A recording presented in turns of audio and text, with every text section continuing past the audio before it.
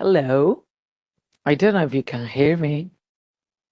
I think you can, but I'm not sure.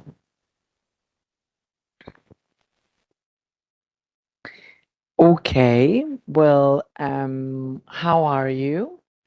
I think you can speak if you want. I think. No, I need to do something. No, yes. You can speak. If you want, you can talk. Well, today we're going to start with the first unit, which will be number 8. The topic is number 8. I don't know if you could have a look at the topic, or whether you've done the practice. Have you? You can type, you can talk. Hi, can you hear me? Yes, I can hear you, Diego. Oh, yeah. Yeah, I did both. I did the practice thing. Lovely. The first activity drove me crazy. Like I was like, I don't know anything. I don't know nothing. No, I don't know anything. And Really? You thought that? Why? like Did the you find it first one, difficult? like filling the gaps with a word that I have to think, Yeah, like make me doubt, like yeah. of everything, all my knowledge, like literally. But I try my best. Okay. I read the first topic, obviously. I checked the vocabulary as well, and I wrote it down, Okay. changing structures, words, like Mhm. what you like guys said, like to try to make it like our style, or even improve if it's possible the level. Mhm. And I have a couple of questions. We have to use we or I? We, in this kind of Okay, yes, let in me. formal writing, we need to use the plural, Okay, even though it's not plural, because we. who is we? Me and my 7 personalities, but yes, Okay, that's what we need to use. Yes, we. okay. And the other question is, can we use, how you say, like, guiones? Mm-mm. No.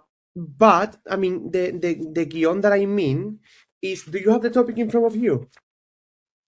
Yes. Okay. Let me find the page and the part. Yes. Okay. Second page, second paragraph, the first paragraph. In classroom practice, the CEFR, well, in the second line, do you got it? Oh, page number 1. Well, no, two, no? Page 2 of 12.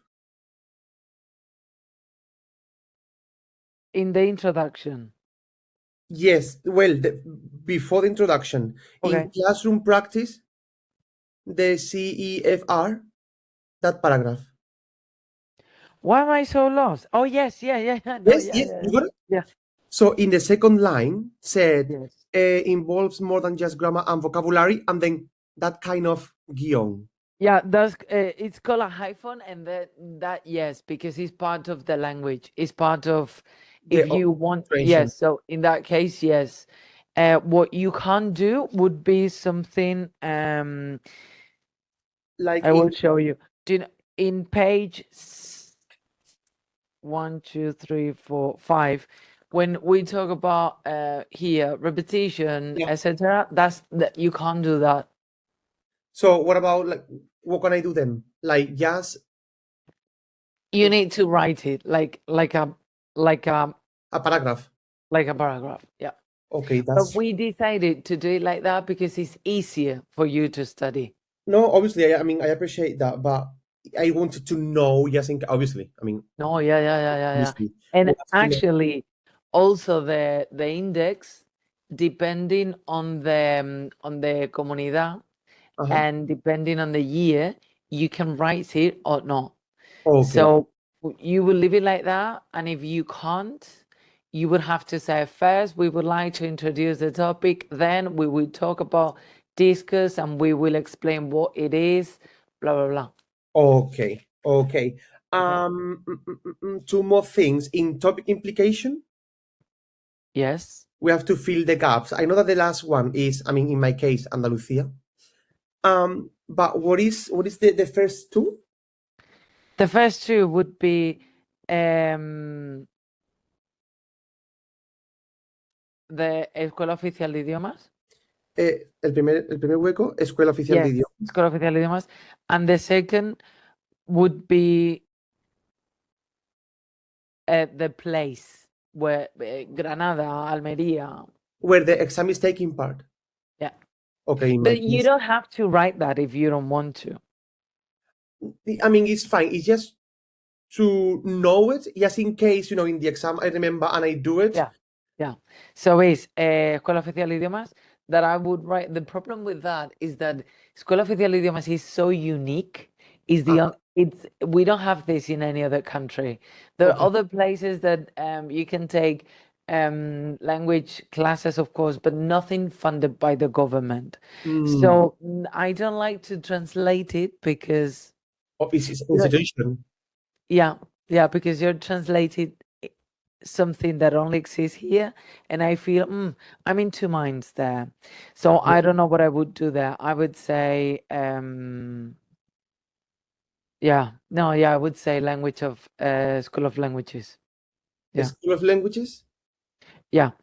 Okay. I will The write both. official School of Languages. Official School of Languages. Cool. The O, the S, and the L in capital letters. In brackets? No. No? No. And then after the first comma, I would say, I don't know, where do you live? In Almería, in Granada? Cádiz, Jerez. In Cádiz. Then I would say Cádiz in the autonomous community of Andalucía. Perfect. You said OSOL? I wouldn't write the acronym. I would write the Official School of Languages. Vale, okay. Perfect. So I misunderstood them. Perfect. Yeah, no, I'm gonna write it here. I got it. Official School of Languages. With the O in capital letters. Okay. I know what you mean now. Okay. Can you Obviously. see? No, you Yes. can't. Yeah, I can. Official School of Languages. Yeah. Okay. And the last question, I promise. No, it's okay. For now, I'm here for that. for now, in the last paragraph before the bibliography, like just to finish, said by providing a quote by. I know that that's probably personal, and I have to decide it, but I don't have any ideas like so far. Okay. This is something that is personal, and this is something that you can do to give you a personal touch, Okay. but you don't really need to write this if you don't want to. No, I would like it, I think I would like it.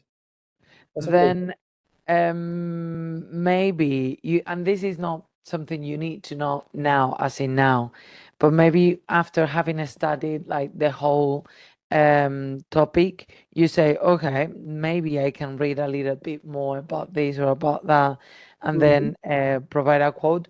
Or it can be something that you find somewhere on the internet, like when you're scrolling down and you see something that really catches your attention.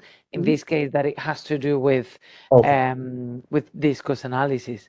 But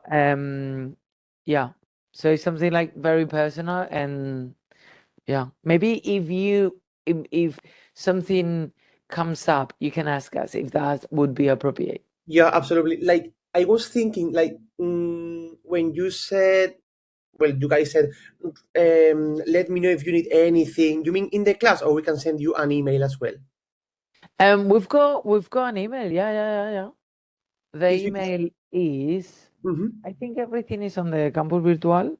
I was trying to find it, but I didn't find anything like with your name at least. Let me 1 sec. Yeah. Because I don't know by heart. Don't worry. That's fine. is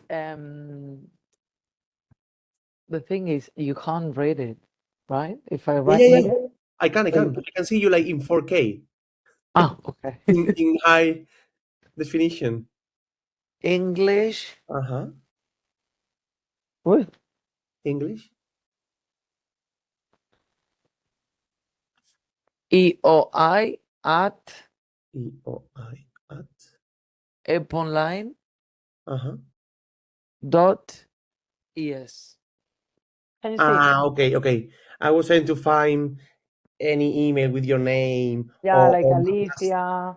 Yeah, yeah, that's the thing. Or Mar, but yeah. fine. It's But because yeah, if you write there, both of us will have access to perfect. the email. Perfect. It's because I wanted to send you one email like a couple of days ago for the Yeah. first paragraph of the topic, like the one that you guys said that we have to do it like personal, Mm, and just to see if the information is you know mm, okay. perfect, so I can use the same one more or less for all of them. Okay. But you have to go So at once. you can send the email to us Mhm. later or tomorrow. We will check it out. Okay, thank you. That's all. Okay. That's all for now. I mean, Okay. at least about the topic, the practice. Oh my days, we will see later. We will see later. Okay. Now I need to tell you, please don't get overwhelmed. This is completely normal, but everything needs practice, Yeah, and you will and I see that love practicing it. I you will mean, see that with practice you will get better. I'm sure. I'm 100% sure. I love practicing. Like, I mean, I think that the grammar thing is my favorite thing. So Lovely. if you guys upload 100 practice, I will do it. You will do 100. I do 100, 1,000, 1,000,000, or if not, I will go over the internet and do all of them because I Okay. mean, it's Okay. insane. I'm crazy. Um, the thing is, well, let's talk about the topic, and then because Yeah, if we keep talking about the practice, we can talk it's fine. about. I will get silent now, like the microphone. I mean, No, you can talk. Don't worry, you can I talk. will. I will. I will. Thanks. Okay. Well, all right. Now I need to know how compartir. Can you see why this is not working? It's thinking. This is what I want to compartir. Okay, I think you can see my screen, right? Yes. Well, I think you can see it. If you can't see it, please let me know. But technically, you should see my screen now. So today, topic 8, your first topic, but we decided that we would go over the discourse and textual kind of, yeah, the textual analysis, the topics, because then they will help you for the practice. Also, they will help you to be able to write your topics better. So we thought it was a win-win situation. And now, so this one is called, but here you also have the title in Spanish because that it's always in Spanish. So you will need to translate it when you're writing, but normally they give you, well, in my case, they only gave us they gave us the number and the title in Spanish. So you had to write it in English, which normally is just to translate. So in this case, we will talk about discourse analysis and cohesion, coherence, connectors and markers of textual organization, anaphora and cataphora, deixis and reference. It has a very long name, but you will see. I don't know if you've read it, whether you liked it or you didn't like it. You will see that throughout this process, throughout this journey, there will be certain topics that you will like better than others. But yeah, yeah. Now this is pretty much what we will see, and this is pretty much the index of your of the topic, which is first the introduction, then the discourse, cohesion and coherence, connectors and markers of text organization, the exist topics, implications and conclusion. You might be saying, but where are reference? Because here we've got reference, but in the introduction, in the index, sorry, we don't. And it's because they are within one of these subtopics. Now, here I didn't include the bibliography because I have nothing to say about the bibliography, but your bibliography is here in your topic. So before we actually get to talk about the topic, I need to tell you and I need to explain briefly what discourse is. So yes, what's a discourse? And discourse analysis. So discourse analysis is crucial when you are both teaching and learning English, because you see the text as one. You don't see different elements. You see the language as one message, and you will see that it needs to be coherent, it needs to have cohesion, it needs to be relevant, it needs to meet certain criteria so that you understand the text. And so also the Common European Framework of Reference for Languages emphasizes communicative competence that involves not only grammar and vogue, but also the appropriateness of the language within a sociocultural environment and within the purpose, if it has a purpose, if it doesn't have a purpose, and all that is studied in discourse analysis. So I don't know if that's ever happened to you, that you see something that you understand, whether in English, in your mother tongue, and you understand all the elements, but you don't really understand the message. So that's because there's something wrong, and that something wrong will be studied in discourse analysis. You will see if it's because the context is not appropriate, or because the register is not appropriate, and all that is in the discourse analysis. It's also teaching discourse analysis and learning discourse analysis not only helps the students to produce the language, but also they are able to understand and comprehend all the texts. When I talk about discourse analysis and the text, I refer to both oral and written. So we would even we talk all the time about oral and written. It's just when you produce any kind of language. So that's pretty much the introduction. The introduction to the topic, not the introduction here. So in the introduction, we've got what's discourse analysis? Well, discourse analysis is a branch of linguistics that studies how language works in a given context in different sociocultural environments. That is to say, there are also certain times that maybe we are able to communicate, we understand what we're saying, but then we talk to our neighbor that is 85 years old and they don't understand us. And it's because we don't share the same sociocultural environment. Or maybe this happens a lot and you can really clearly see it when you make internal jokes that maybe you understand it, but somebody that is not within the same context doesn't understand, and it's because you don't share the same environment. And that's very interesting, because you really see with this, you really see that not only you need to know how to use your grammar and your vocabulary, but everything around it. If the gender sometimes is important, age is important, the different context, the background, everything is important, and especially if the ideas are organized or not. And so also that's very important, how to organize your ideas to achieve a particular purpose within a specific social and cultural and situational context. Because I'm sure that you don't talk the same when you talk to your friends as when you talk to your family. And this is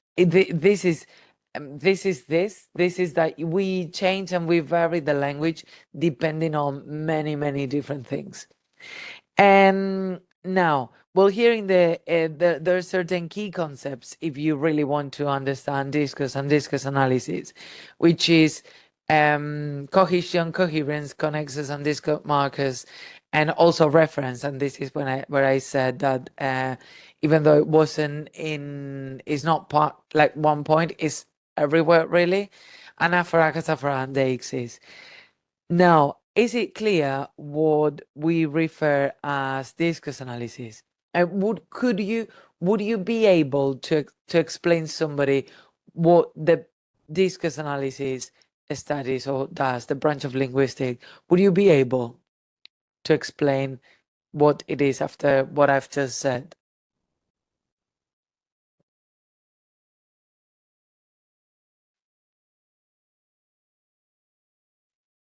Diego, do you think you would be able to explain what discourse analysis does and what it focuses on? I think so, but as well, I think that I need to see like more example, to sit Okay. down and try to understand. That's why I thought that this was so important. Like I think that you mentioned as well last week, like to be able. I have one friend who is studying for secundaria, and she is just talking with someone by email. She doesn't have classes, and I just find like so difficult because it's her first time as well. And it's like I'm finding it so useful having even the pre-course because this put us a situation and give us like so much insight Yeah. to Yeah. face this from September. Yeah. So Yeah. I think I told you as well, I was so lost. So I think that I can barely let them know someone what is like discourse, cohesion, and coherence. But answering your questions, I like the topic. Just Okay. Okay. just for being the first one, been working on the topic for 2 weeks. I think I will study. I will do it. Okay. I don't know Okay. the other Lovely. 67, but this one for sure. Okay. Okay. Okay. If the rest are like this one, you're lucky. Yeah, this Okay. one for Good. sure. Good. Good.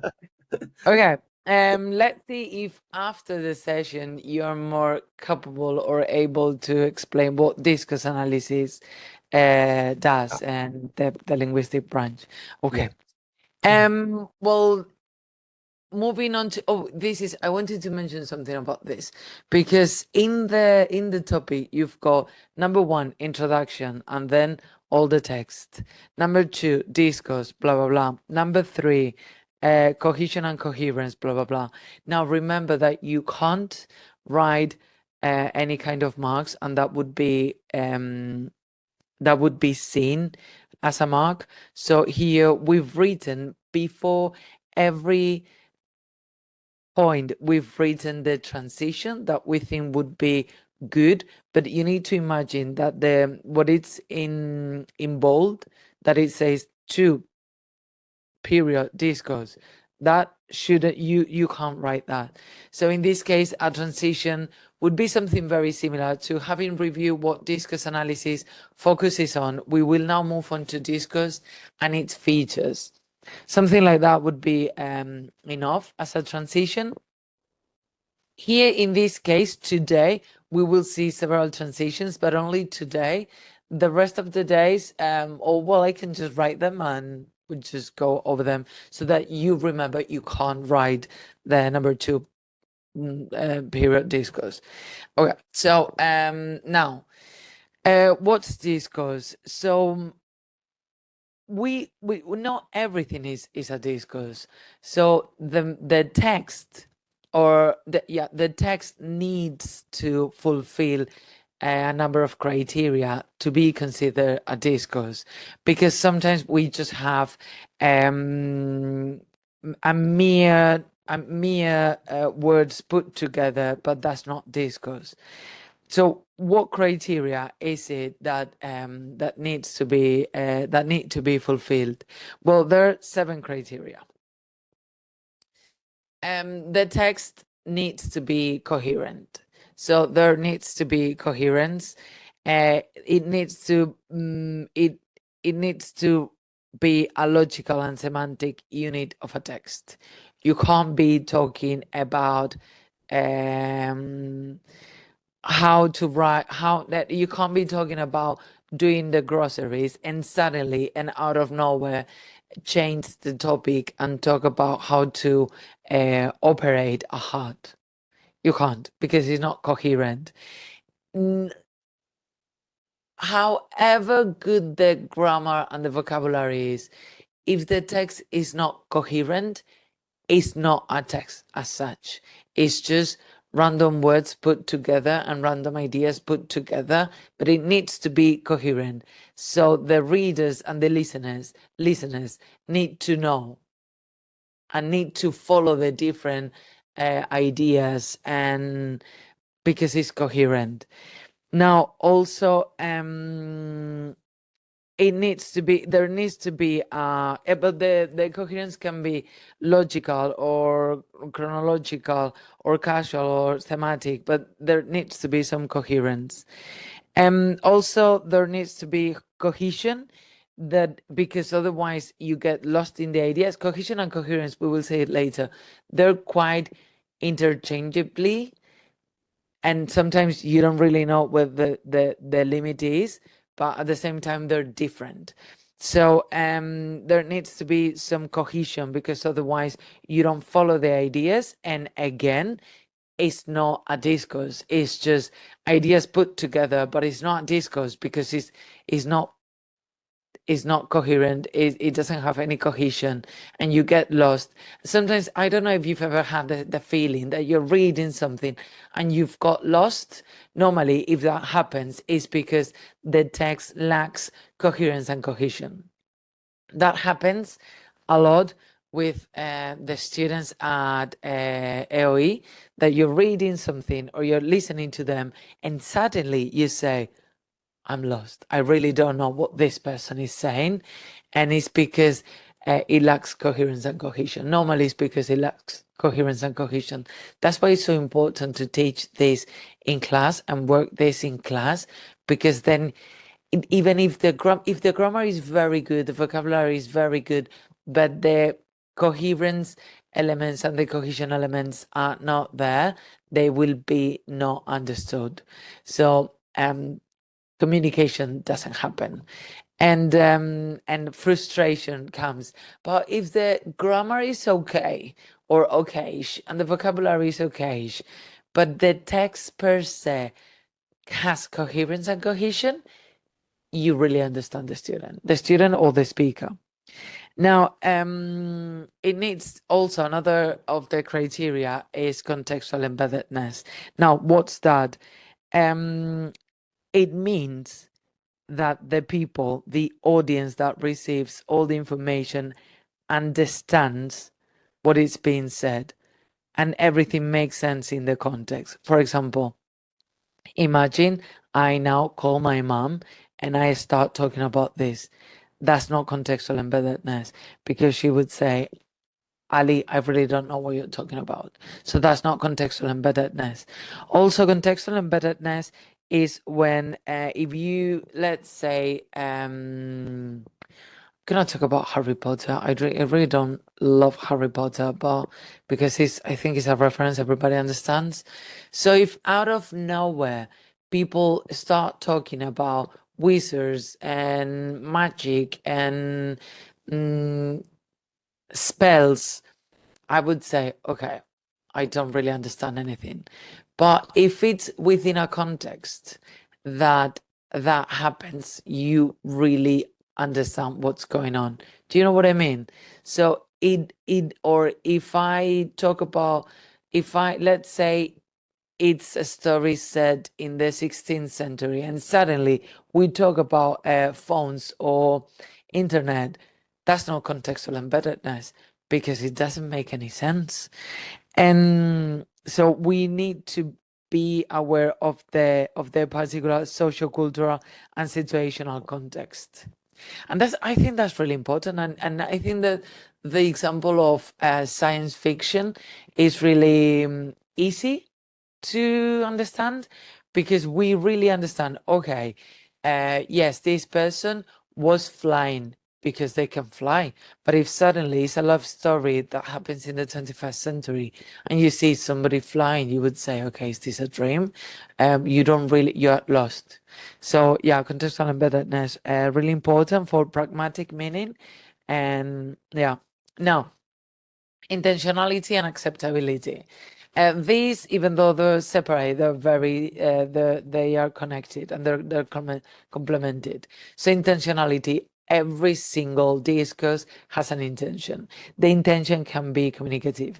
The intention can be informing. The intention can be to persuade. It can be just leisure, entertain, but always there's an intention when there's a discourse. Otherwise, that's not a discourse. And acceptability is also when the receiver, the listener, or the reader, they think that the message is acceptable, that they say, okay, I want to know this, I want to listen to this. You need the audience, the receiver needs to see the message as acceptable. And now, informativity also, up to a certain point, all the discourse are informativity. Now, they can be for entertaining, but always and when we say informativity, it doesn't mean that you need to be informed by the news.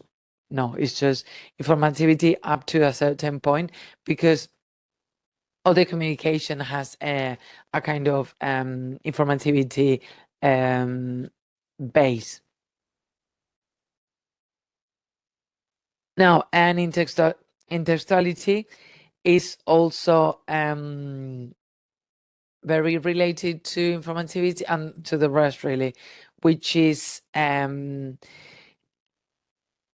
it has to do with the previous knowledge of the receivers. So you need to think, if you now go to a child that is 5 years old and suddenly you say something out of nowhere, they will not understand what you're saying, because you don't have prior knowledge, you don't have different conventions. So everything needs to, you need to share certain context with the audience so that discourse can happen. So these are pretty much the criteria that need to be fulfilled by a discourse. Otherwise, it's just random words, random messages, random sentences, but they need to fulfill all these criteria so that it's a discourse. Okay, is that clear? But if you have any question, please ask me, just in case I didn't make myself clear. Here we've got another transition. This one, as you can see, is a longer transition, but at the end it's just having stated all the above, and you will see that here it's very funny, because we are using this coherence and cohesion here. All the above, you will see it later, as one of the mechanisms that we use to make the text as a discourse with quality kind of text. So having stated all the above, discourse can be identified as a coherent, cohesive, intentional, and contextually grounded unit of language use. These criteria collectively ensure that a stretch of language functions as meaningful communication rather than as a collection of isolated sentences.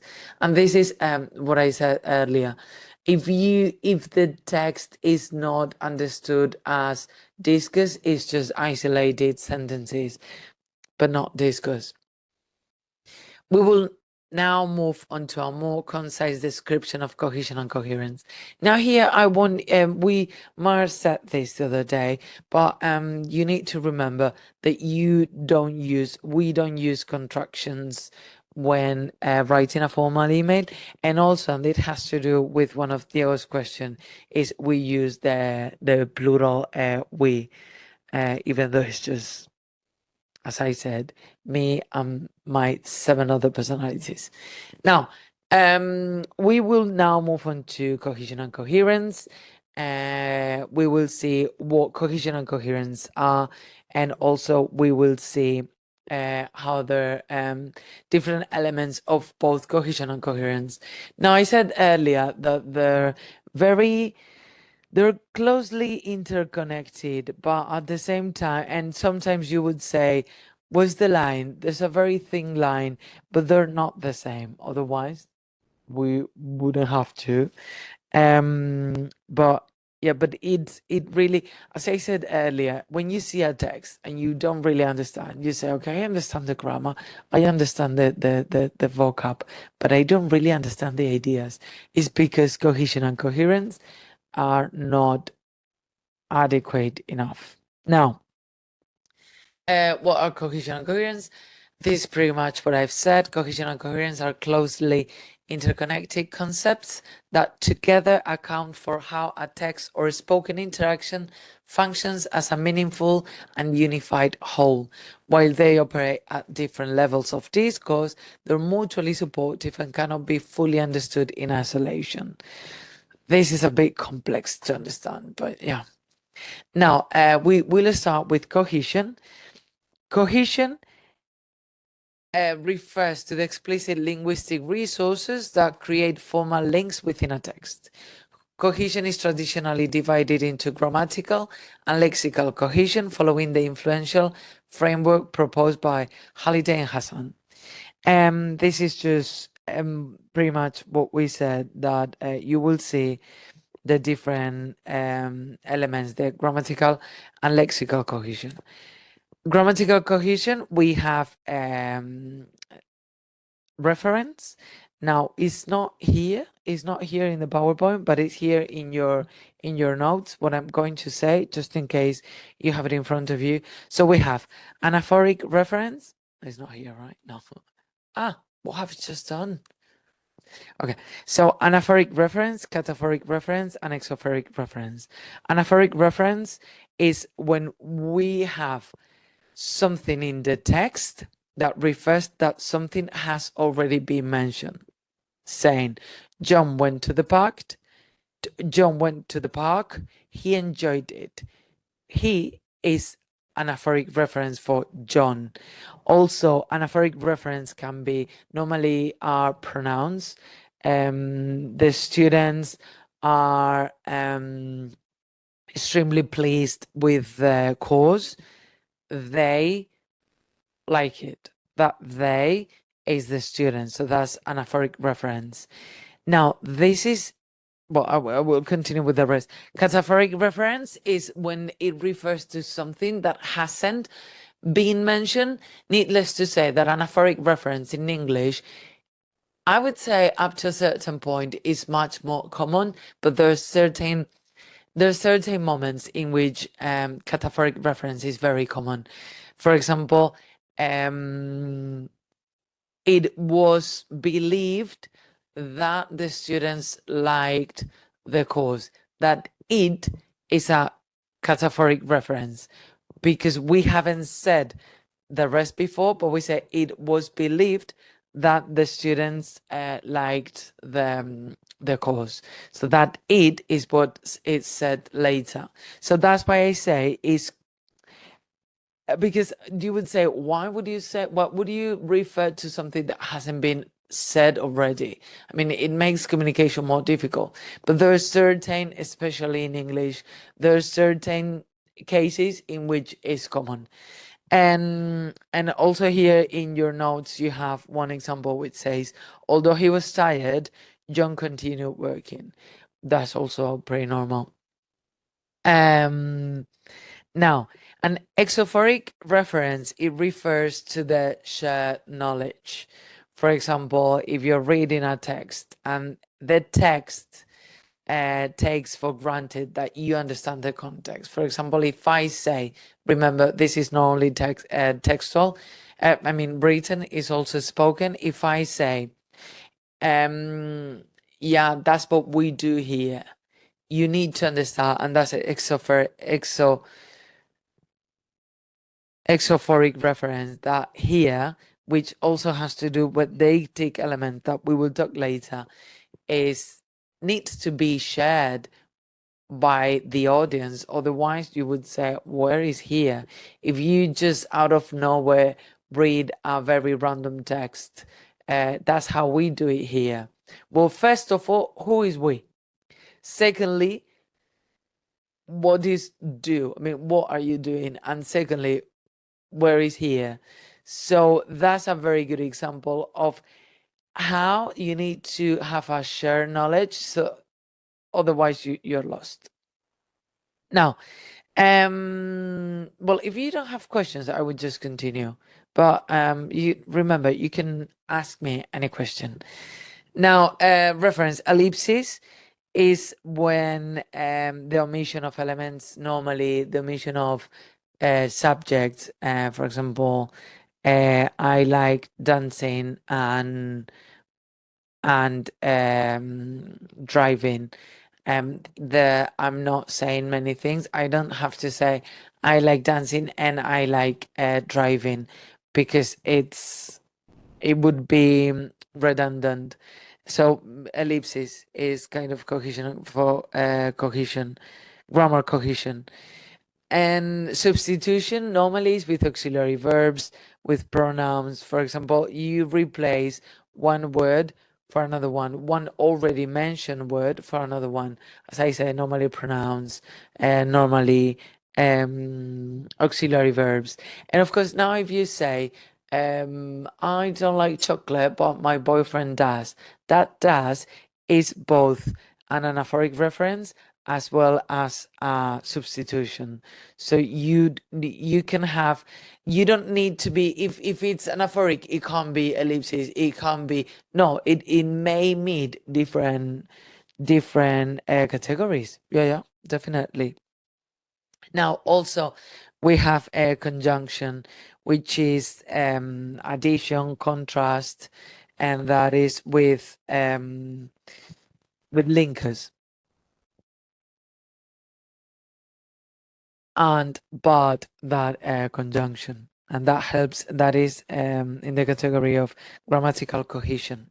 Now, talking about this, you will see that all this is a study, and the students need to work on that. And there are many in Cambridge exams, in Escuela Oficial de Idiomas exams, they sometimes ask for an element that is an anaphoric reference, so that the students are assessed on their understanding of the language.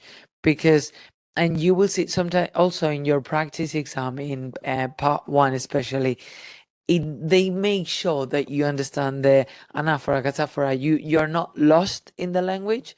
And many of these, it says, what does it in the text? What do it refer to? So you need to show that your anaphoric reference is on point. Now, lexical cohesion. You find lexical cohesion by using antonymies, because you don't want to sound redundant. So you would find synonyms, antonyms, repetition of the same element, hyponymies, and collocation. Now, I guess you understand all these concepts. Well, antonymy, synonymy, repetition of the same element. Hyponymy is, for example, banana and apple are co-hyponymies of fruit. So fruit, the hyponymy of fruit would be the different fruits. Banana, pears, etc. And also collocation, which is so important, is part of lexical cohesion. For example, if you say, I don't know, I can't think of anything now, but yeah, fast pen. Can a pen be fast? No.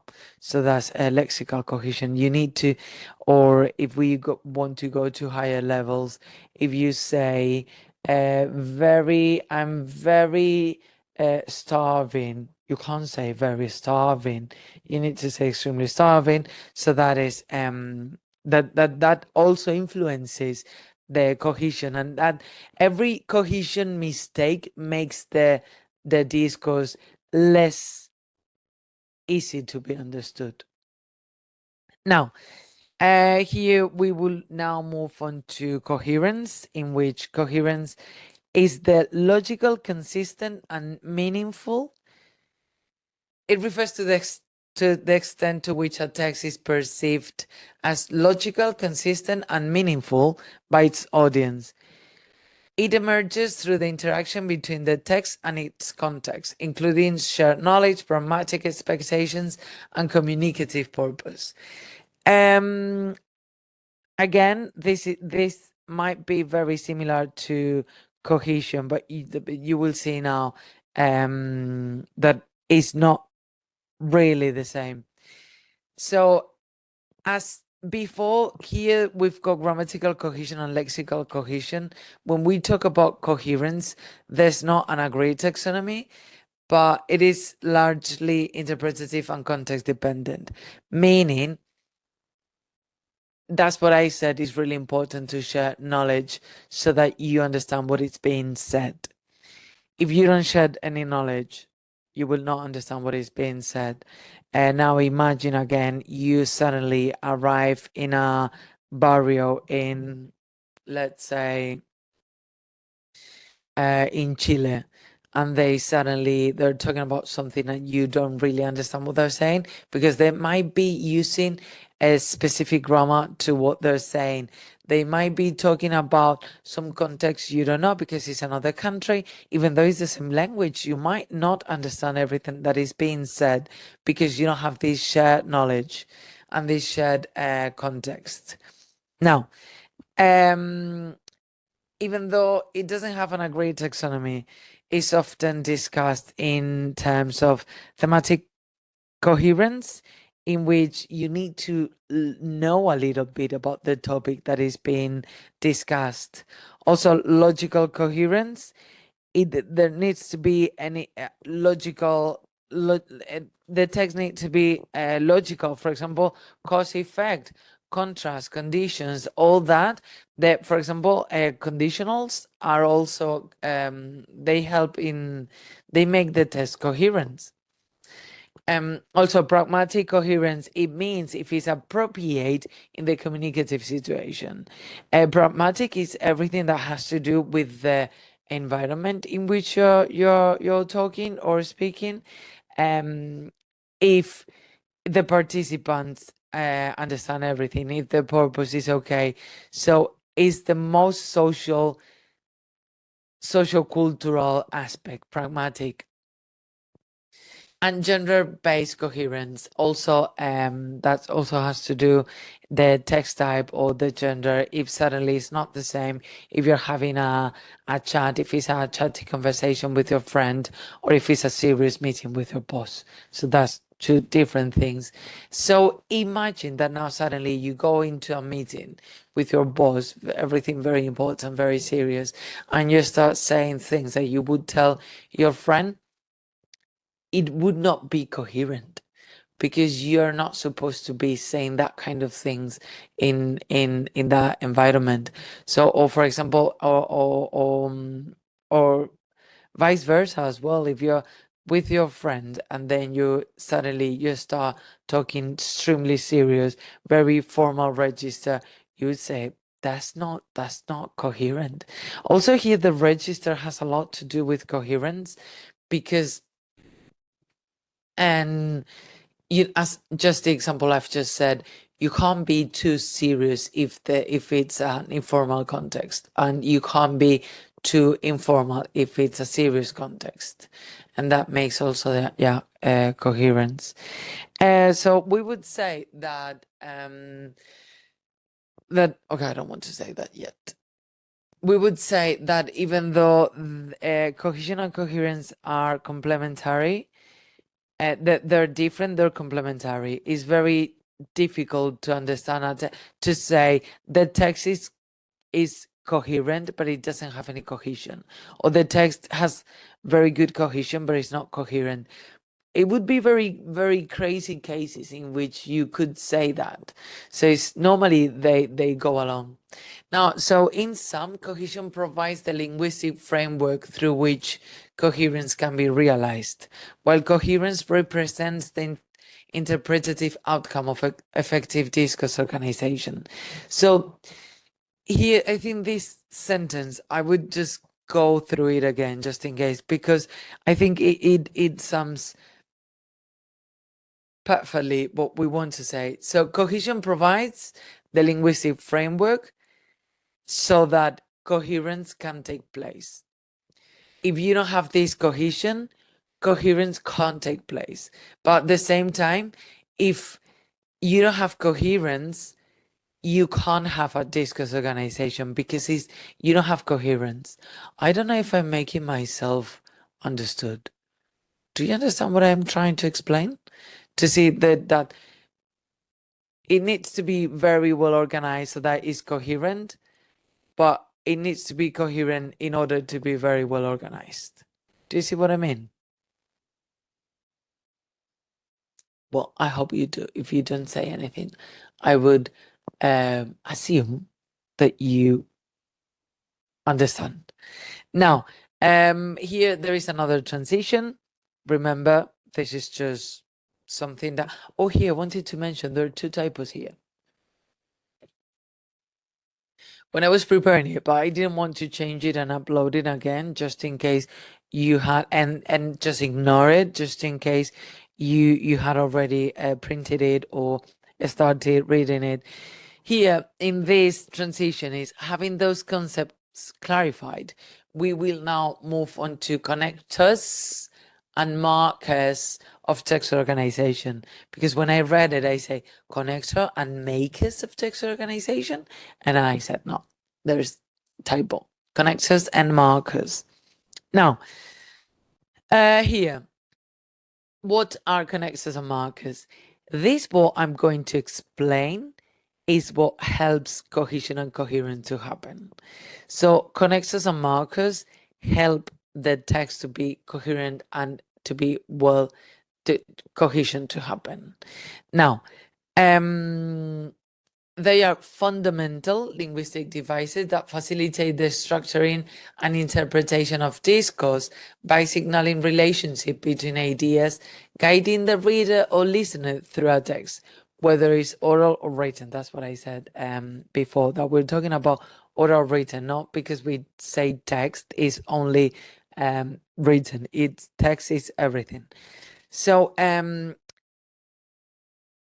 it's pretty much what we teach the students. Use linkers, use connectors. Are they the same, markers and connectors? No. No, they're not the same. They might be similar, but they're not the same. Why not? I will tell you in a second.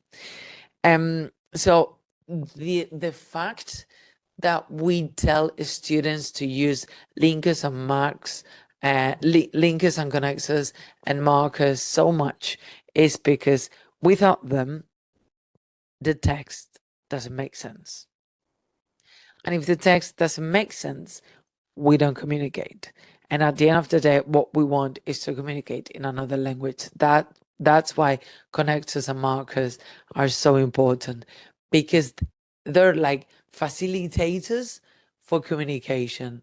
You have one idea in your mind and it's great and you understand everything. But if you're not able to put your idea in order so that the listener or the reader understand, communication doesn't happen. Discourse, it doesn't meet all the criteria, so it means it's not discourse and everything's a disaster. So now, are connectors and markers the same? No, they're not exactly the same. They're normally taught as if they were the same, but they're not exactly the same. Now, so connectors. Connectors are referred as well as linking words or logical connectiveness, and are linguistic devices that explicitly indicate relationship between prepositions within a text or spoken discourse. Their primary function is to create cohesion, which in turn contributes to coherence. This is pretty much what I said. So linking words. Now you would say that later you might think, oh, that marker, I thought it was a linking word, but it's a marker. Yeah, they're not exactly the same. Now the categories, these are the typical categories that we have for connectors, like additive, adversative, casual, temporal. Additive is when you want to add a different idea or to add another element, like in addition, moreover, on top of that, plus, furthermore, and also to expand your point or present more arguments to your idea. Now, adversative is when you want to indicate a contrast or opposition. So you have different ideas, you have two ideas, and you want to say, okay, this and that, and you want to contrast that, contrast them or oppose them. You can use, however, you can use, on the other hand, you can use on another note. These are just, although these are just examples of adversative connectors. Now, they're crucial, again, if you want your students to be able to communicate properly, to especially when the messages are not so easy as I like water and I like my marker. When they're more abstract and difficult concepts, these adversative connectors play a crucial role. Now, casual connectors are cause-effect relationships as a result, because of, due to, and therefore, but consequently, and they are used to talk about cause effect, but also for they're very useful for structuring reasoning, explaining processes, or drawing conclusions, like as a result, or yeah, for drawing conclusions are also very important. Now, and temporal connectors, this is, I think temporal connectors, they're crucial if you want to have any kind of communication, because our brain has all the information, whether we like it or not. We have all the information in temporal information, so we need to know what happened first, what happened later, and that is used with, not only with connectors. I know we're now with connectors, not only with connectors, we also use grammar for that, but in this case that we're not talking about connectors. Then subsequently, finally, meanwhile, later, etc.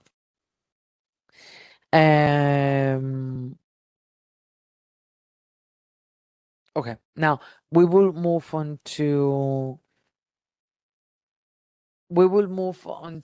markers, but I would like to say something. Now, these connectors are very important. As I said before, I want to mention again, just in case it wasn't clear enough, because we help.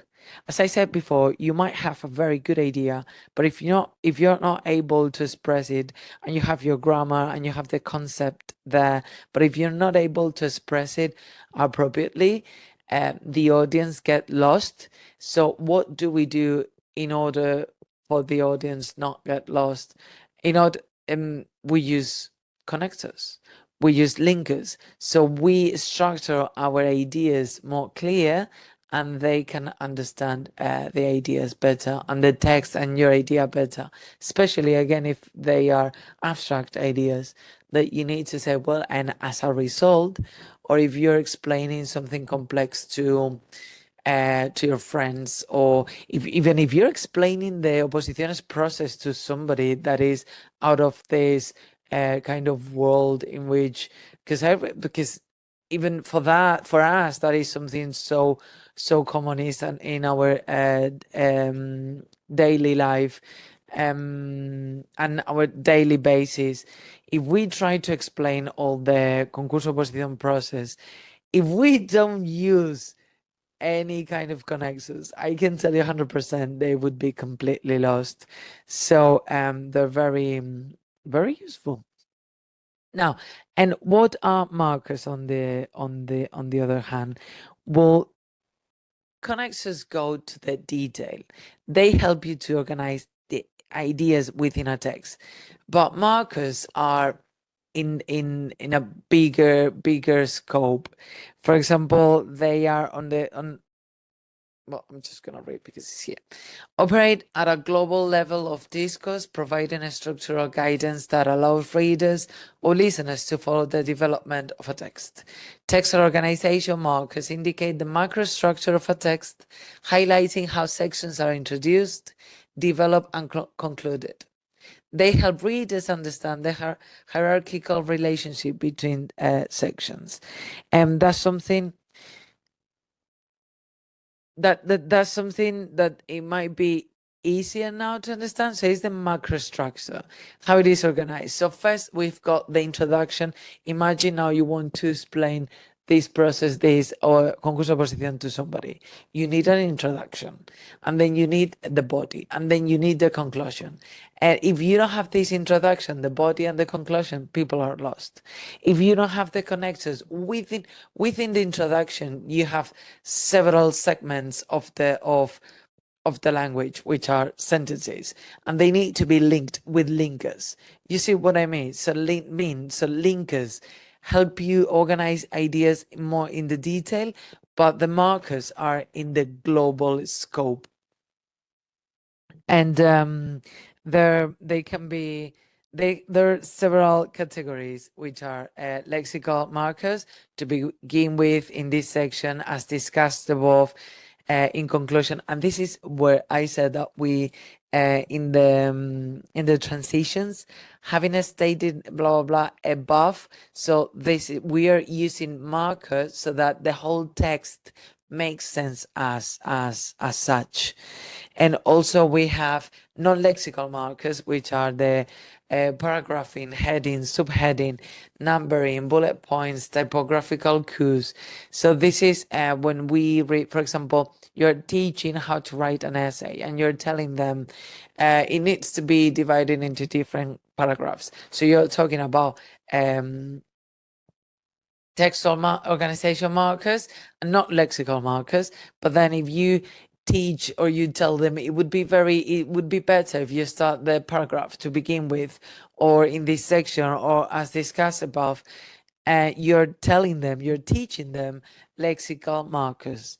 But then within the text, you can say, if you want to oppose your ideas, you can use however. So that is a connector. You see the difference? Might be a bit difficult to understand, but I guess that after you get the whole idea, is easier. Do you have any question? Well, just continue. So in some connectors and markers help the text be logically organized and easy to follow. If you don't have connectors and markers, people are lost. I can tell you, people are lost. And because they just say sentence and then another sentence, and they're just lost. Now, the transition here is, having covered the fundamentals of connectors, we will now connect. Here you can say connectors and of connectors and textual linguistic markers. We will now move on to the axis and its role in discourse analysis. Now, the axis is so important when you're teaching and learning English, and and also here, in order for you to understand the axis, for you and the listener or the reader, you need to have a common knowledge, common context. Otherwise, you don't understand anything. And this is another example of what I said earlier. Here, we're very good at that. Okay, where is here? Who is we? And what is that? That is the axis. The axis are the elements that, depending on the context, they refer to one thing or the other. Because if I say I I in this case is Alicia.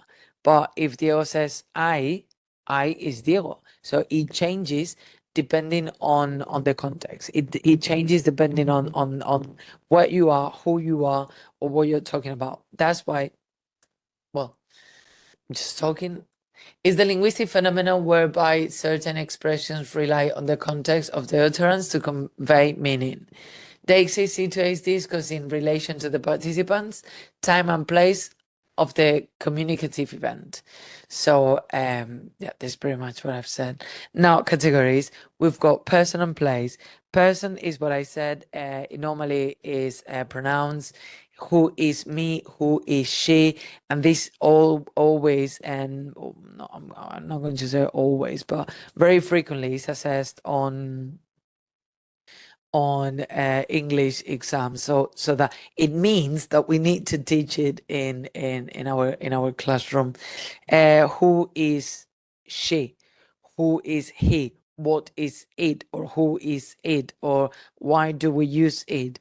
And place also, when we say here, there, above, below, place. Also, we have time, discuss, and social. Time is examples now, yesterday, before, after. If out of nowhere, I say later, I'll get some lunch. You would say, when is later? Because it's 5:30. It's not, you should have already had lunch, so you would be confused. So and that, I think that's a very good example of both deictic elements and coherence and cohesion. Now, discourse deixis, it refers to the segment of the discourse itself. You can say previously in the paragraph, or we shall see later, and thus discourse. And social deixis encodes aspects of social relationships or politeness. That social deixis is very context dependent. Yeah, it depends on the context. Now, why is it relevant? In discourse analysis, the deixis is particularly important for establishing coherence and referential clarity. I don't know if you've realized, but everything is related to everything, really. Like, you can't, in discourse analysis, you can't just take one thing, because if you take one connector, cohesion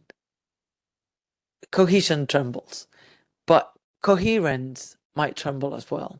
If you take one deictic element and you don't really see the reference, you don't have any cataphora, you don't have any anaphora. If suddenly out of nowhere I say he is 35, who is he?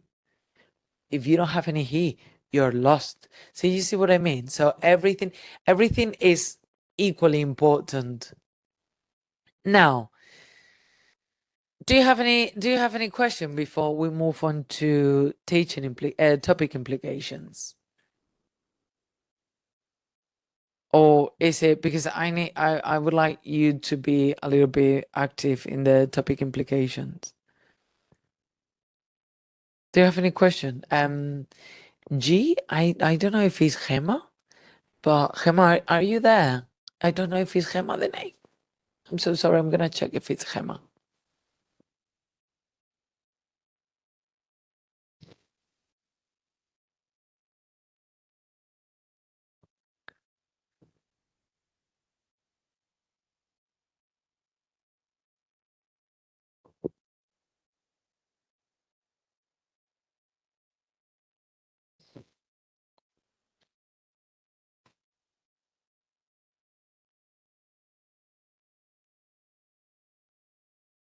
Yes, Gemma.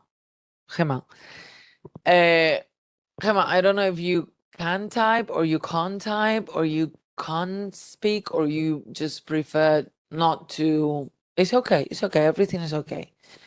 Do you have any question? Was the topic clear? Is what you expected? Is it more clear now? Just give me any feedback, please.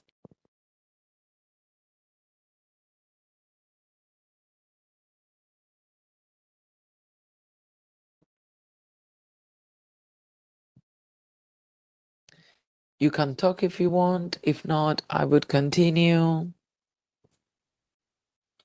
Okay, I would continue then. So,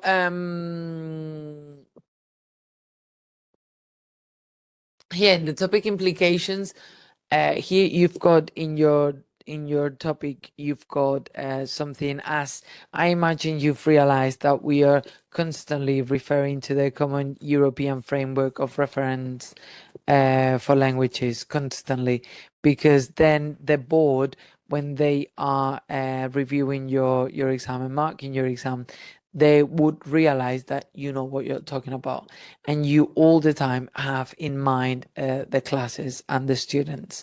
So now in the topic implications, what I want you to think is what skills are involved in the approach to discourse analysis, also what kind of activities we can do to practice everything that we've discussed. Or if you, another question, would you work differently depending on the level and how can we help our students to improve the discourse? So now I would give you, if you want, I would give you a couple of minutes to think about these questions, and then we can discuss them. And I'm going to take this couple of minutes, and I'm going to the loo. Okay, so I'll be right back. If I can leave. Can I? Yes. And I'll be right back, and I'll ask you if you've arrived to any, if you've arrived, yeah, if you've got any conclusions. Okay. Have you come up with any ideas? Have you reached any conclusions of these questions? Hi, can you hear me? Yes, right? Yeah. I mean, I just thought the first one because I didn't have more time, but about the skills involved, in the discourse analysis, I think maybe critical thinking, linguistic, communicative competence, some research and analytical skills, maybe as well. Okay, maybe the question wasn't in the skills. I mean the 5 skills that we have when in Escuela Oficial de Idiomas, which is reading, listening. Okay. Sorry, I got Yeah, it you were confused wrong. with competencies. Yeah, You like thought, something general. I got like which skills can yeah, you, yeah. No, yeah. Oh, Then it's too open. No. Okay, skills as in reading, listening, writing. Which I think it's very complete. Like, Mhm. so I think, writing, reading, and grammar and vocabulary, no? Well, use of Yeah, English. Use of yeah, English. yeah. Actually, in reading, many times there is this fill in the blank kind of exercise, the one that you said that was a bit challenging. It has to do with discourse analysis, because sometimes I don't remember if it's the case in here, but sometimes what you need to write is a connector. What you need to write in the fill in the gap is a repetition, is anaphora, cataphora, and that has to do with discourse analysis. So pretty much every skill can be, not because normally people think writing and speaking, but also reading and listening. Because if you are able to control all the different connectors and the anaphora, cataphora, deictic elements, at the end you will understand better as well, not only to produce, but to understand better as well. So, yeah. And have you come up with any kind of activity that we can do to practice everything we've discussed? Like a concrete activity. Like, for example, I would tell my students to do this or to do that.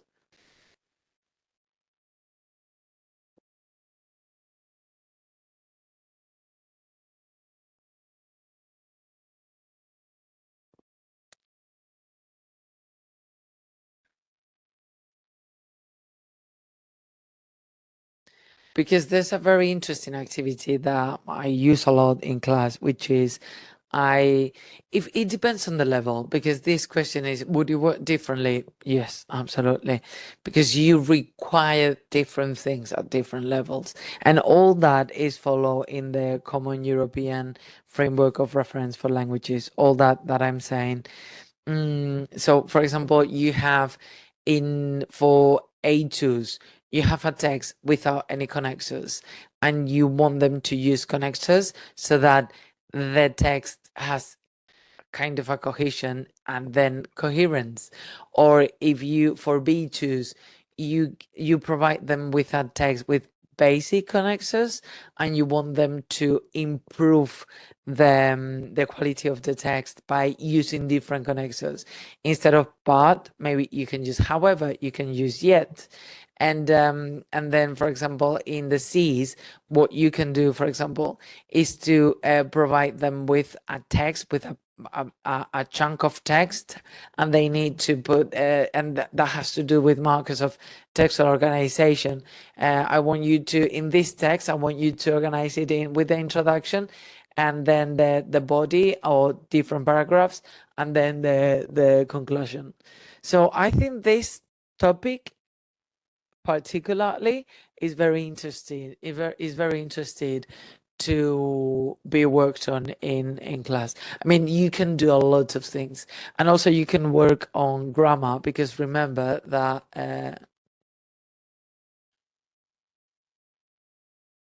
here, grammatical cohesion, and lexical cohesion, you can, when you work discourse analysis, discourse in class, you can work all the grammar, the reference, substitution, ellipsis, conjunction. You can work if you to make sure in B1 that they've understood which one is the auxiliary verb, or in lexical cohesion.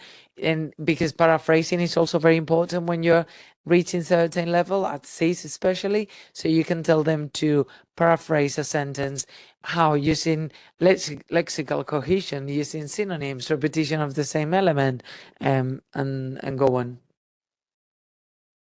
Okay.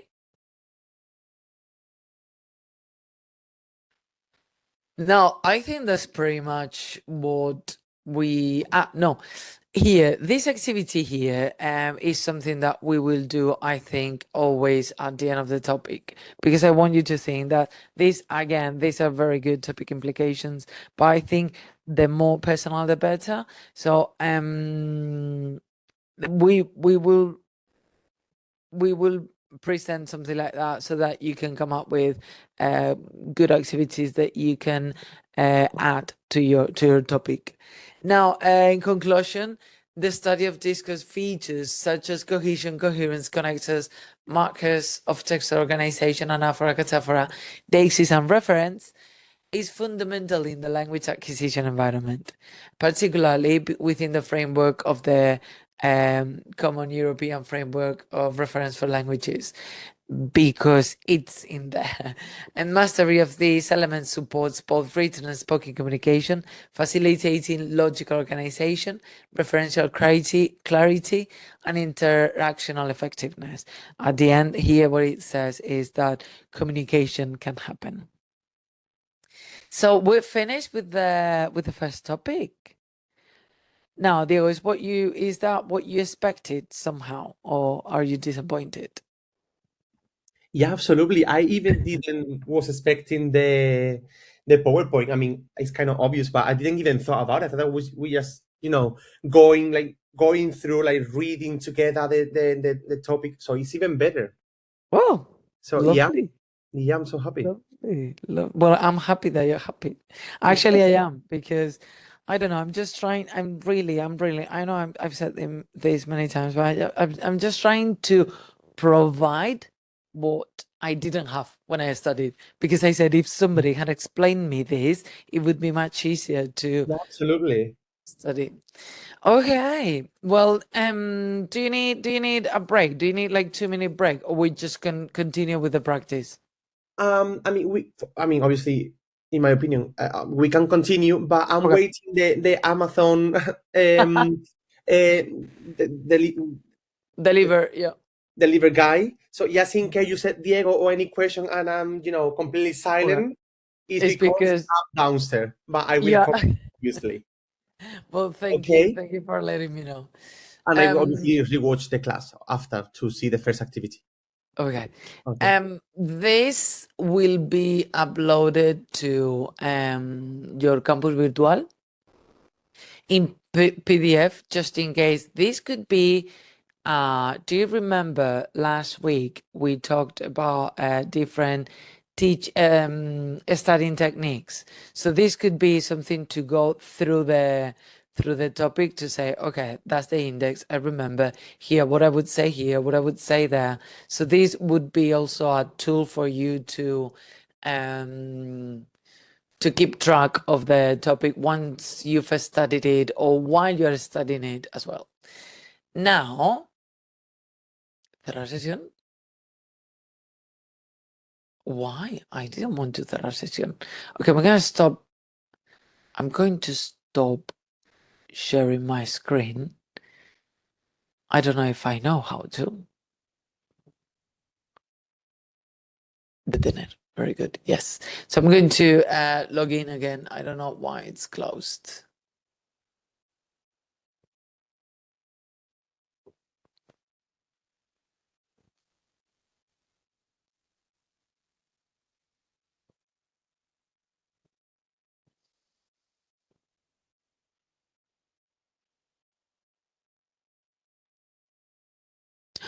Okay, Gemma, now I'm so sorry, Gemma.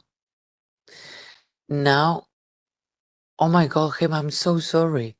I didn't have the chat in front of me. Okay, I'm deeply sorry. And I was telling you, you can write. I'm so sorry. Okay, yeah, you need to go over it. Yeah, more times. Reading activities. Here. Reading and writing. Okay, activities. Short writing tasks in class and long ones at home. Okay.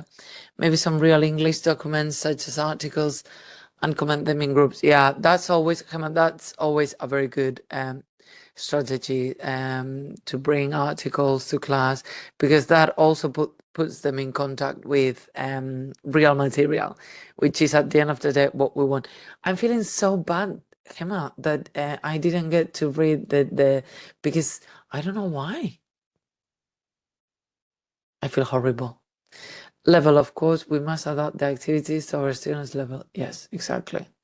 Because they know more vocabulary, grammar, and structure, helping them, recommending them some digital and paper sources apart from the classroom tasks.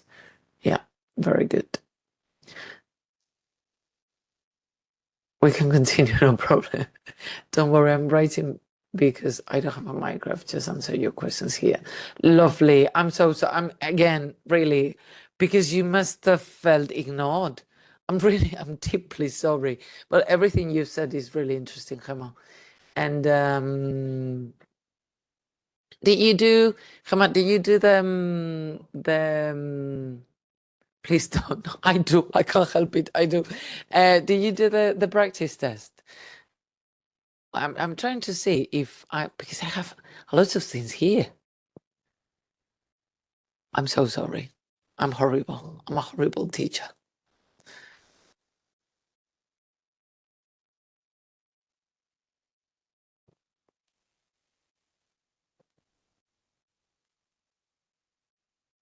Oh.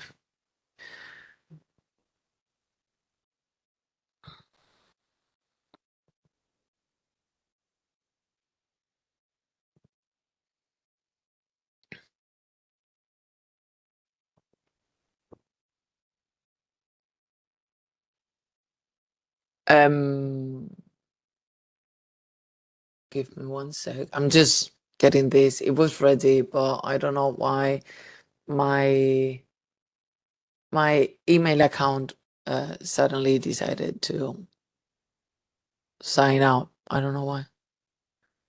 Okay. What if I click here? All right. So can I make this smaller? Because I don't want this here. I'm just here talking to myself. Maybe you took some time and went to the toilet. Now I'm going to share my screen again. Compartir. Why I can't see? Because when I share my screen, I don't see the chat. That was the problem, that I didn't see the chat. Give me 1 second, I will ask, because it might be something very silly that I don't know. Just 1 second.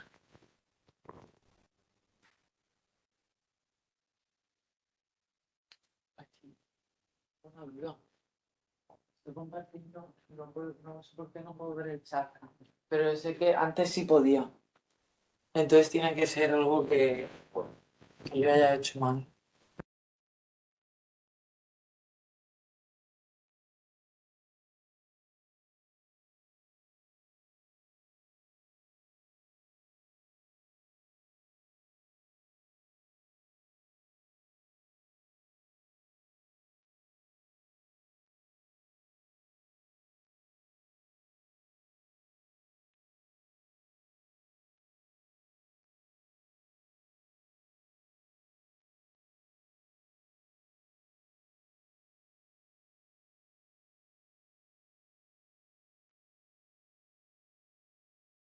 Hey, everything is fixed now. And Gemma, did you watch the? Do you know that you can watch the sessions? You can watch the sessions later. Do you know that you have the sessions there and you can rewatch later? Maybe not now, but at the weekend or any other time. We talked about different studying strategies. I think it was useful. I think it is useful to know that, because it might be overwhelming, but yeah. Now, can you see this well? Can you see this well? Yes, yeah. When you can, I mean, yeah. I know it's because it's very long. It's 2 hours. It's 2 hours of me and Mark talking. It can be boring. Okay, so I'm gonna get some water. I'm gonna drink some water. And we'll go over the answers. Please, if you found it difficult, if there's some answers that you don't that if there's a certain number of answers that you didn't get correct, please don't feel bad. This is your first practice test. You've got a lot of time for improvement. You've got don't worry, because also all this, the reason why we do this practice is because practice makes perfect. And this, I can tell you, more than your English being good, which also it requires a certain level of English, it requires doing this kind of activity over and over and over and over. So if you don't do very well, don't worry. Now, number 1, I'm not going to read the whole text, so I'm just going to go through the answers. Number 1 is off. Do you prefer that I write it here? Yeah, I'm going to write it here, because of people. Practice economy of people. Of, and then a noun, of people. Number 2 is back.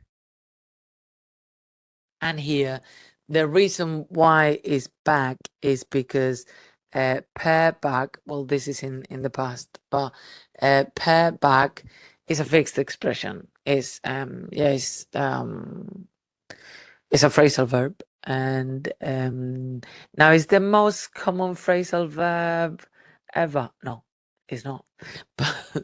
But this, yeah, is a bit challenging. But pair back. Now, what does it mean?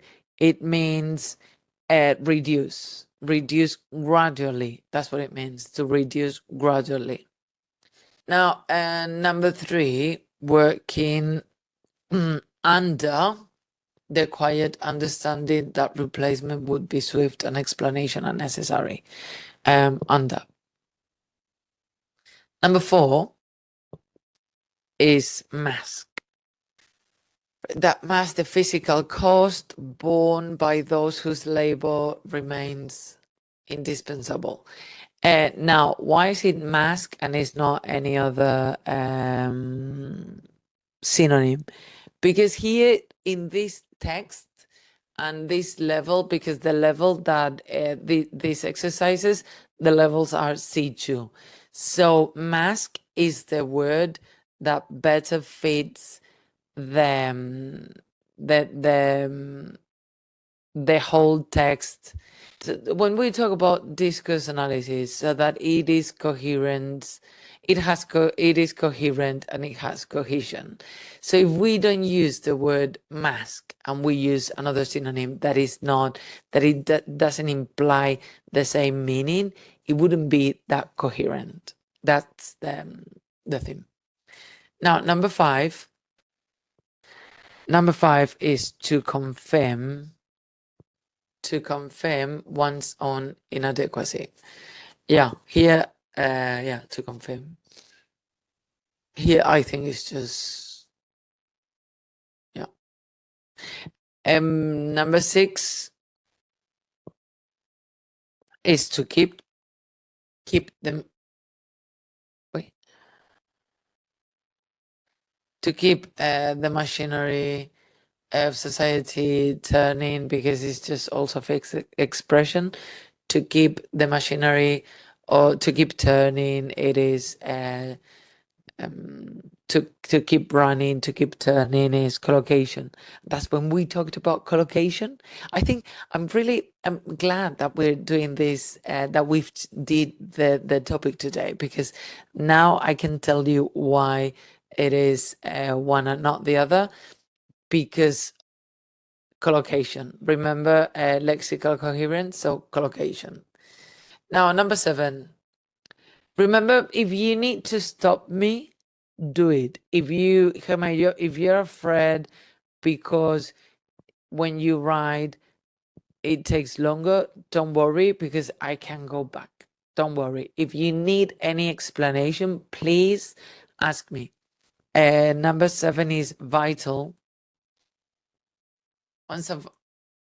Why it takes so long? Once a vital presence, yeah. It's vital.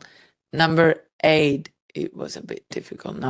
Number 8, stalled, which is put off or block, but that one, and why we don't say block, but sometimes synonyms are acceptable. I'm not going to lie, sometimes you can use synonyms, and depending on the board, they would say, okay, it's okay or not. In this case, only to be stalled in committee. The thing is also committee, because committee normally stall things, and they go with stall or diluted. They're like binomial expressions. So yeah, I think pretty much it's because of the binomial expression, stall or diluted. So, do you have any question about task number 1? I don't know, Diego might be with the Amazon guy. Or Gemma, do you have any question?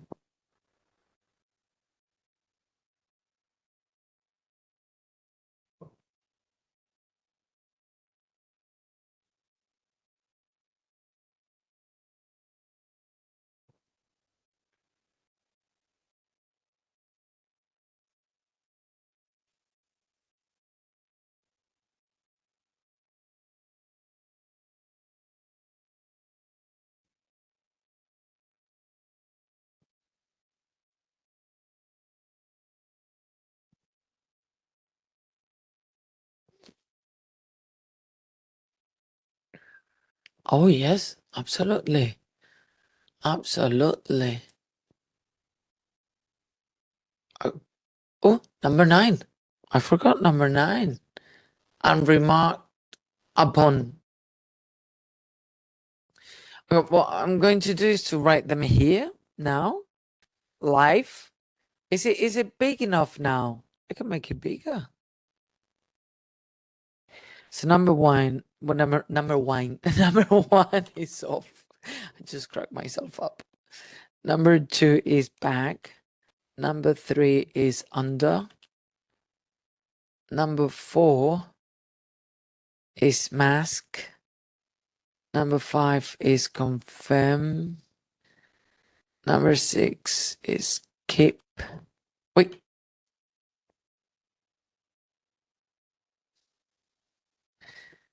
Number 7 is vital. Right. Number 8 upset is stall. It was difficult. And number 9 is upon. No, don't be sorry, come on. No, I'm here. We're here to help you. Yeah.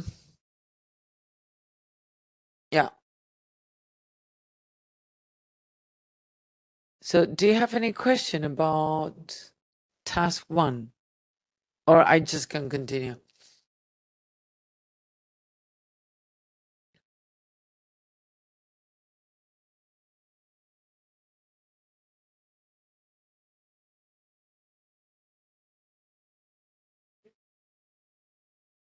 Okay, I'll go on then. Text 2, the cult of productivity. Now you can't imagine when I found this text, you can't imagine how relatable I saw it. I really empathized with this text because this is pretty much me.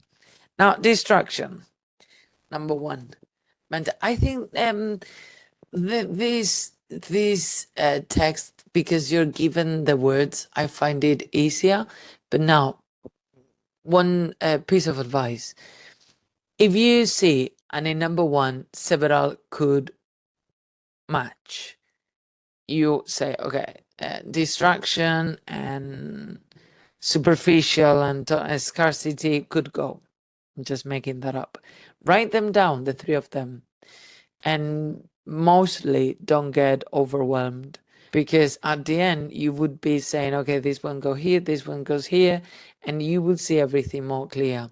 At first it can be overwhelming because you've got lots of words, not easy words, the C2 words or C1 words, and you might get overwhelmed, but little by little. And you would say, okay, number 1, this and that one. But then maybe you go to number 1 and you realize that among the 3, you've used one of them, so that one can't be. And so you only have 2 options, and you prefer, and you think one collocates better than the other. Number 2, moralize. Moralize. Again, why is this so slow? Well, I'll continue. Number 3 is linear. On a linear logic. Number 4 is instrumentalized. And number 5 is elusive. Number 6 is assumption. Assumption. A questionable assumption about human nature. And number 7 is waste. Details and moments of apparent waste historically. Okay. Number 8 is concealed, or concealed, which is the same. Concealed is the same as hidden. Is yeah. Number 9, self-surveillance. Self-surveillance. And number 10 unquestioned. Unquestioned. Number 11, rebranded. And number 12, fragile.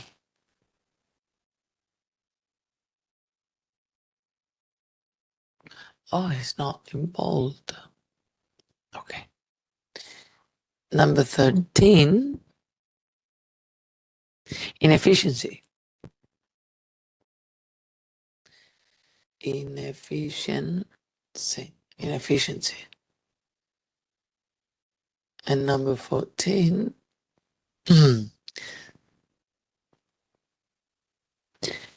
number 14 is seductive.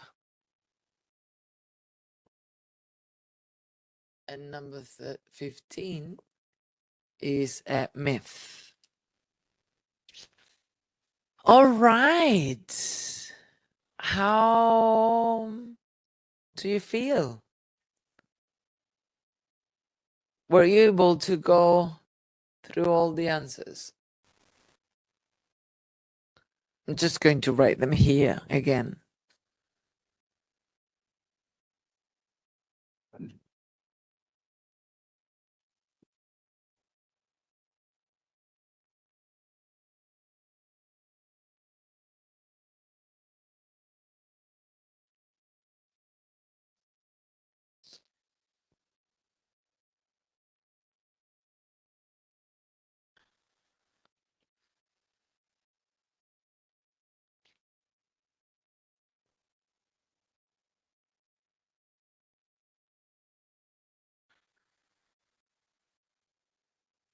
Self-surveillance. Am I writing it correctly? Surveillance. Unquestioned. Rebranded. Fragile. Wait. Inefficiency. Seductive. And myth. Okay. So here you've got the answers. I don't know how you've done, if you're happy, if you're not happy with the results, if you found it extremely difficult, if it was okay. Any comments you would like to make, or everything is okay?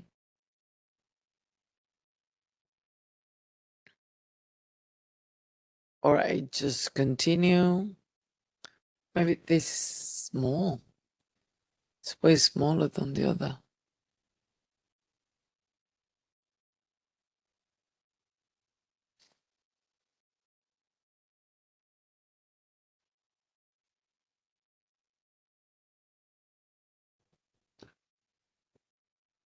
I feel it's going to be tough when I do it in a few days.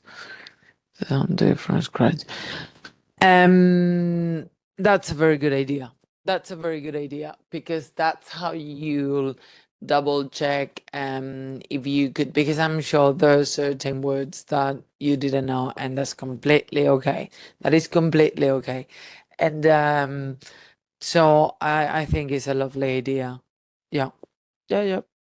Now we'll move on to task number 3, which is here you will be assessed here, but this is from Madrid? Yeah, here, not from Murcia. Here you will be assessed on grammar, on vocabulary, on many things. Now, number 1, the correct one is C. C is the correct one. A number of students are protesting outside. The rest, there's no subject-verb agreement. Number 2, she insisted on being informed. So it's C, because after insist, we use the preposition on, and this is again collocation. Number 3, why is it like this? Number 3, it's B, in adapting, because also this is a structure that after having difficulty, we use ing. Actually, after a noun, we use ing.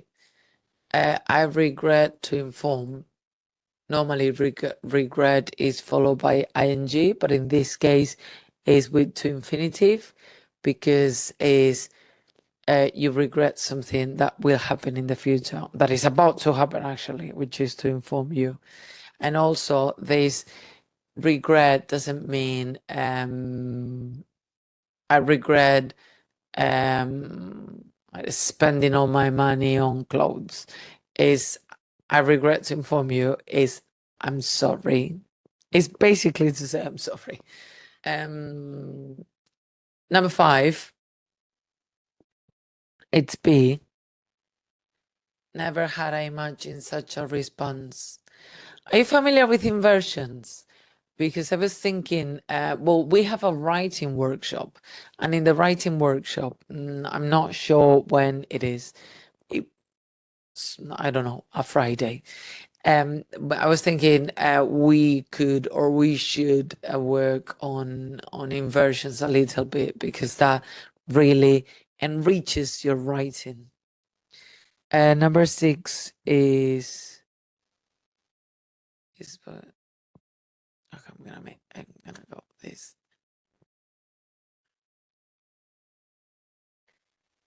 It's a intelligible.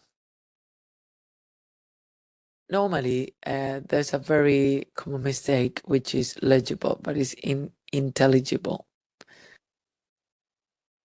So A. Now, number 7 is A, and I was thinking I could explain what's a dangling modifier, because here is an example of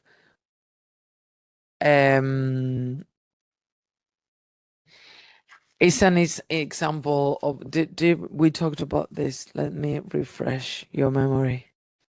Exactly the point in the topic. In cohesion and coherence, the grammatical cohesion, it was ellipsis. Ellipsis is when you don't say one of the parts of the sentence. So here, in dangling modifiers, we have an ellipsis of the subject. So while reviewing the data, the error became apparent.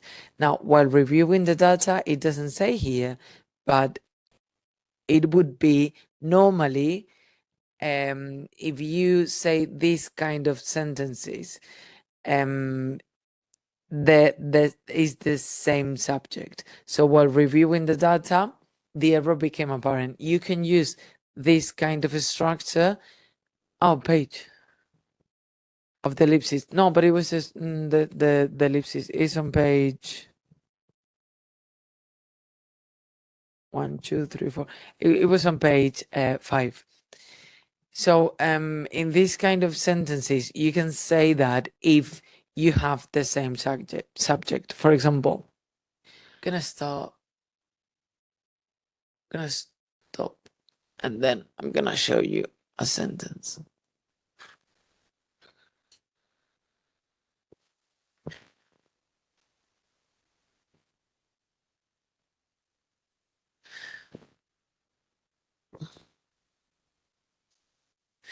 So these kind of sentences,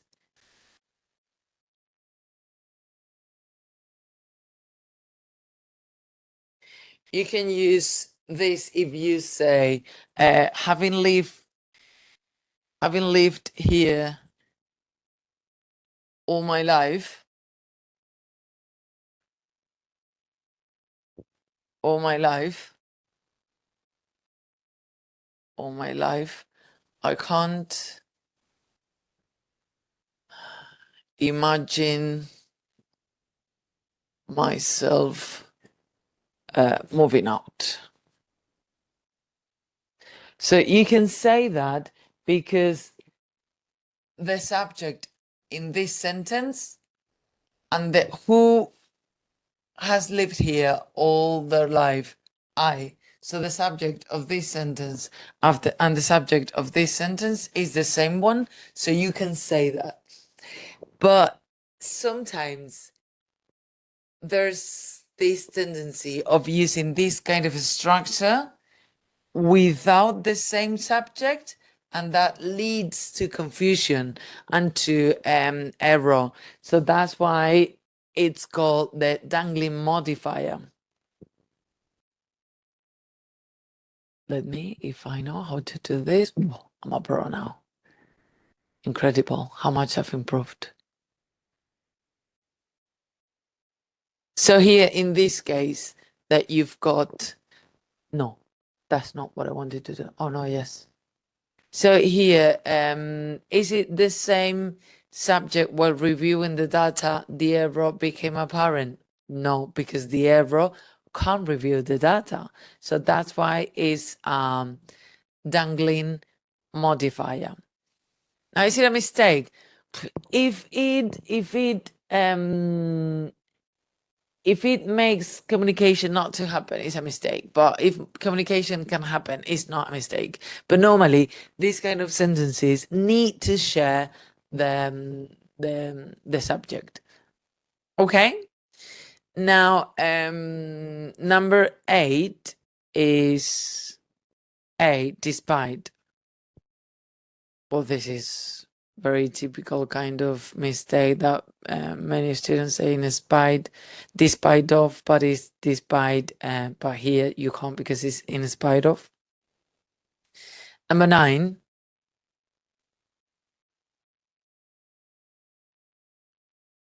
B.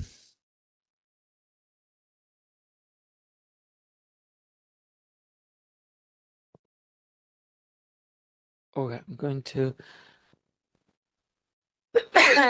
Sorry. Number 10 is A. And number 11 is put off, which means to postpone. Number 12 is A, add up. And number 13 is reinforcing, A. Number 14 is outcry.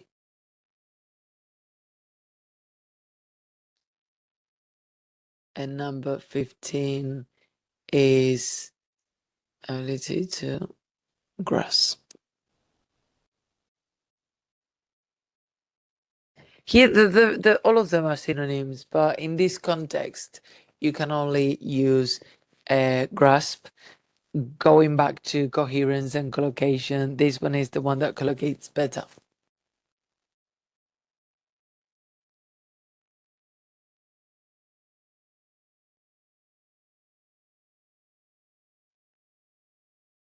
Number 16 is lucrative, D.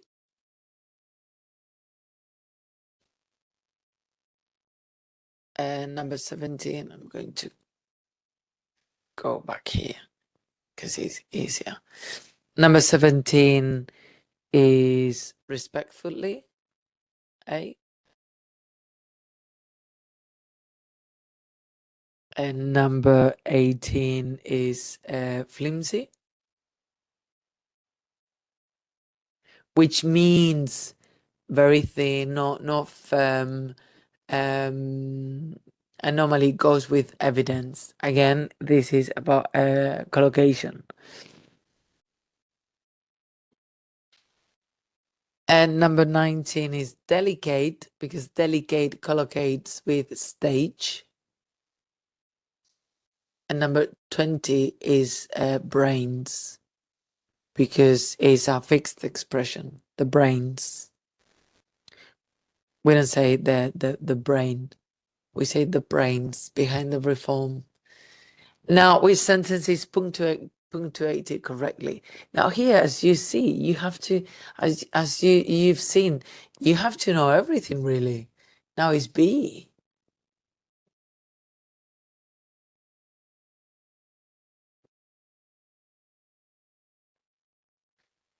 And number 22 is ripples, to send ripples.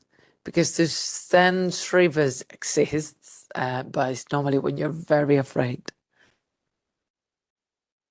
And to send ripples is like the butterfly effect. It's actually the same as the butterfly effect. Something that might seem very silly or not very important has consequences, and they escalate very, very quickly and at a bigger scale. Here, the number 23, I would say we're going to call it off, because the answer said is D, but in British English, cereal and cereal is the same. So punctuation is horrible. In the writing workshop, we're going to work on punctuation. Yeah. So in British English, cereal and cereal is the same. So here I'm going to tell you which one is the correct answer according to where I took this is from a book, but this I'm going to call it cancel. Number 24 is his influence on the final decision cannot be overstated. And last but not least is sober. The documentary offers a sober amount of events, avoiding sensationalism. Okay, well, we're finished. Now, I would like to hear what you think. I will upload the answers so that if you didn't catch them or you didn't catch them all, because I was quickly, just don't worry, I will upload them to the Campus Virtual. So I want to know how you did, if you found it extremely difficult, if it was okay, if you think there's room for improvement, if there's any question that you didn't understand, like why is it this one and not that one, please ask me anything, because there's always a reason why one answer is one answer or the other. So please ask me. I'm going to see the schedule for next week, and then I will remind you what you have to do for next week.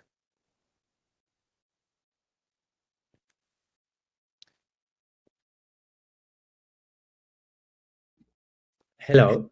Uy, I'm sorry. I'm so sorry.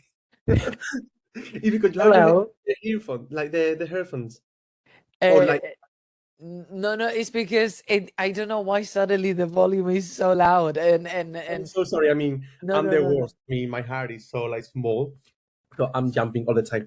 Sorry. I got like 15 only. Well, only is the Out first of one 25, out of 25. it's not bad.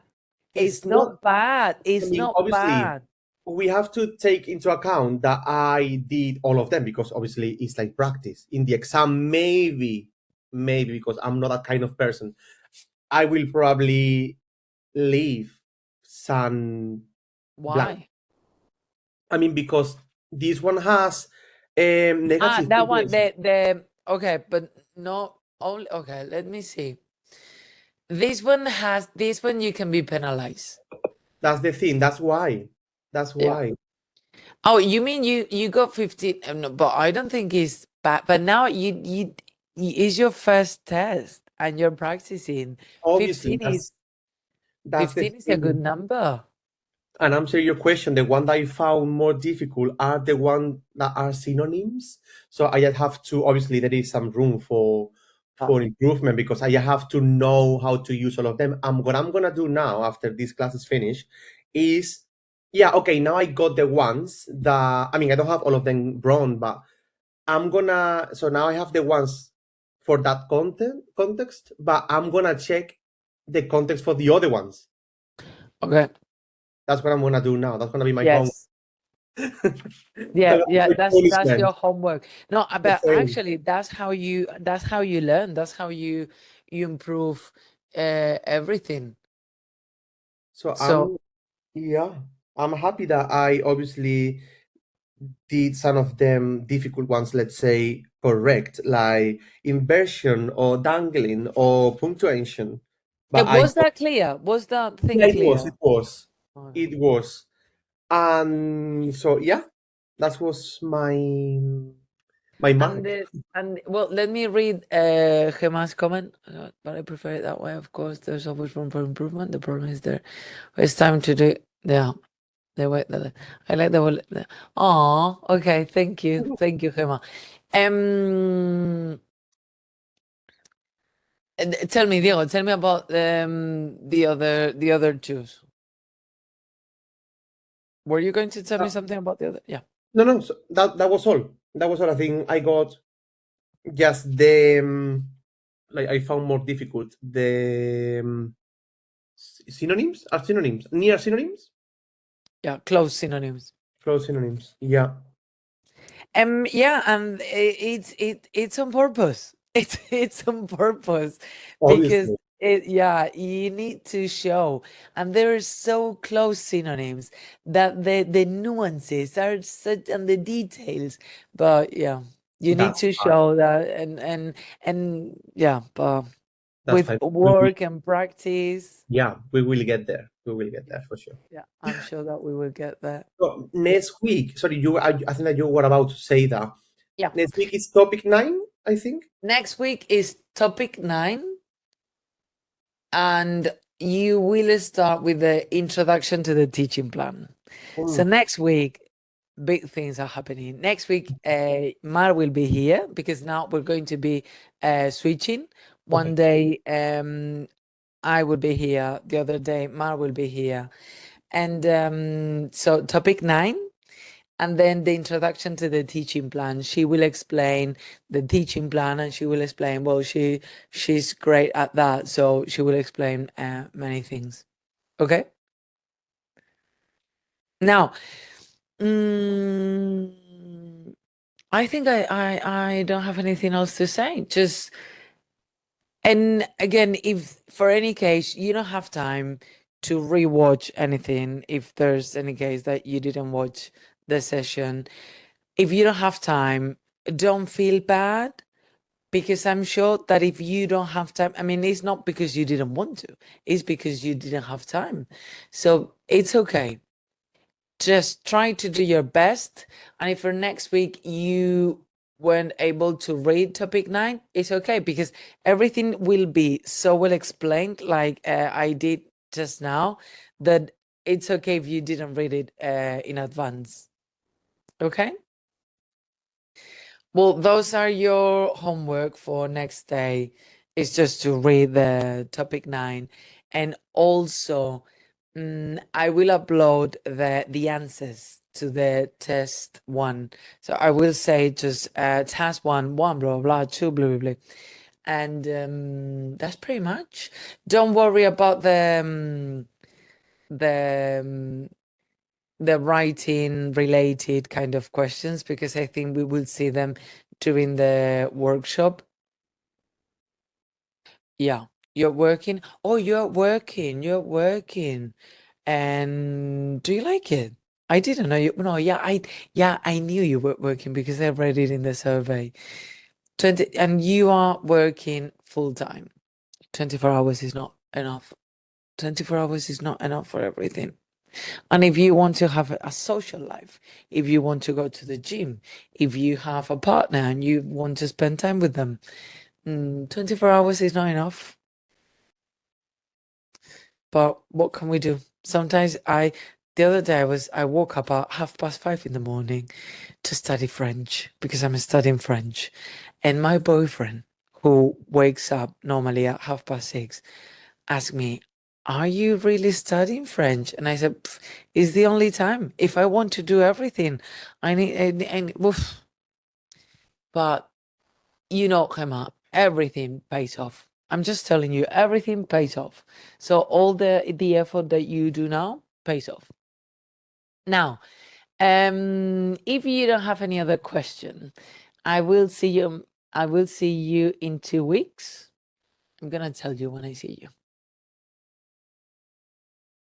because I have it here.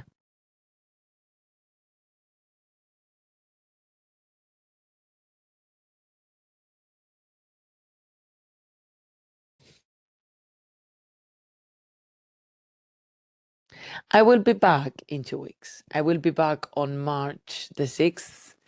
And Mar will tell you what you have to do. So what we do is a reminder. I mean, you've got the shuttle, but it's a reminder. And have a nice weekend. I hope everything was clear. Remember, you can send us emails. Diego, you can send us the what you told me earlier, and we can go over it. And that's it, really. Have a nice weekend, lovely weekend, and I'll see you. Bye.